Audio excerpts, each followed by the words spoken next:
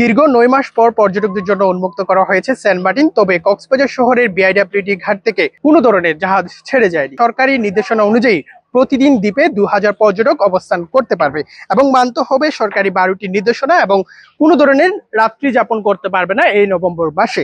আজ নভেম্বরের ১ তারিখ থেকে এই বিআইডব্লিউটি ঘাট থেকে জাহাজ ছেড়ে যাওয়ার কথা থাকলেও কোনো ধরনের জাহাজ ছেড়ে যায়নি।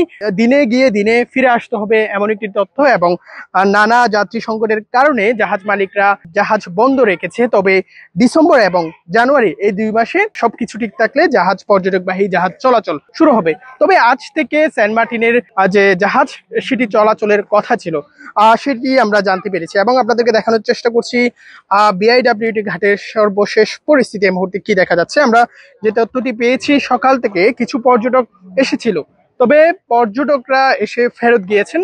এবং একটু বলে রাখি, কক্সবাজার শহরে যে বিআইডব্লিউটি ঘাট আপনারা নিশ্চয়ই দেখতে পাচ্ছেন এবং এখান থেকেই সেন্ট মার্টিনে যাওয়ার সুযোগ থাকবে পর্যটকদের। সবকিছু ঠিক থাকলে আগামী ডিসেম্বর এবং জানুয়ারি এই ২ মাস জাহাজ চলাচল শুরু হবে। জাহাজ মালিক সূত্রে আমরা সেই তথ্যটি পেয়েছি। দর্শক একটু বলে রাখি, দীর্ঘ ৯ মাস পর আজ ১ নভেম্বর থেকে পর্যটকদের জন্য উন্মুক্ত হয়েছে সেন্ট মার্টিন দ্বীপ। ফলে আজ থেকে দ্বীপে ভ্রমণে যেতে পারবেন পর্যটকরা যারা অধীর আগ্রহী ছিলেন, যারা পর্যটকরা সেন্ট মার্টিন যাবেন তাদের জন্য একেবারে একটি সুখবর বলা ছিল। তবে অন্যদিকে হতাশার একটি বিষয় হচ্ছে, আজ থেকে সেন্ট মার্টিন যাওয়া উন্মুক্ত করা হলেও পর্যটকদের জন্য সেই পর্যটকরা কিন্তু জাহাজে করে সেন্ট মার্টিন যেতে পারছে না। সেই ক্ষেত্রে অনেকটা হতাশাজনক। এবং সকাল থেকে কয়েকজন পর্যটক এসেছেন, আমরা তাদের সাথে কথা বলেছি। তারাও বলছেন যে যদি আজ ১ নভেম্বর যেহেতু সেন্ট মার্টিন উন্মুক্ত করে, সেহেতু আজ থেকে যদি জাহাজে করে সেন্ট মার্টিন যাওয়া যেত তাহলে তাদের জন্য ভ্রমণটা আরো আনন্দ মুখর হতে তারা এমনটি বলছেন। এদিকে সেন্ট মার্টিন উন্মুক্ত হওয়ার পর প্রথম দিন থেকে এই রুটে জাহাজ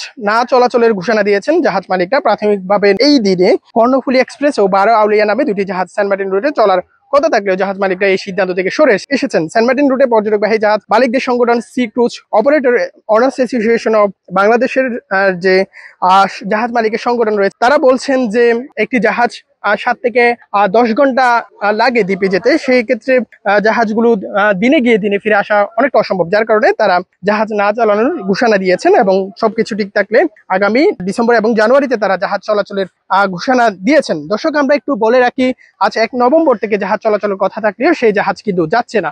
অর্থাৎ বিআইডব্লিউটি ঘাটে কোনো ধরনের পর্যটকবাহী জাহাজ আজকে দেখা যায়নি। সবকিছু ঠিক থাকলে আগামী ডিসেম্বর এবং জানুয়ারিতে জাহাজ চলাচল করবে।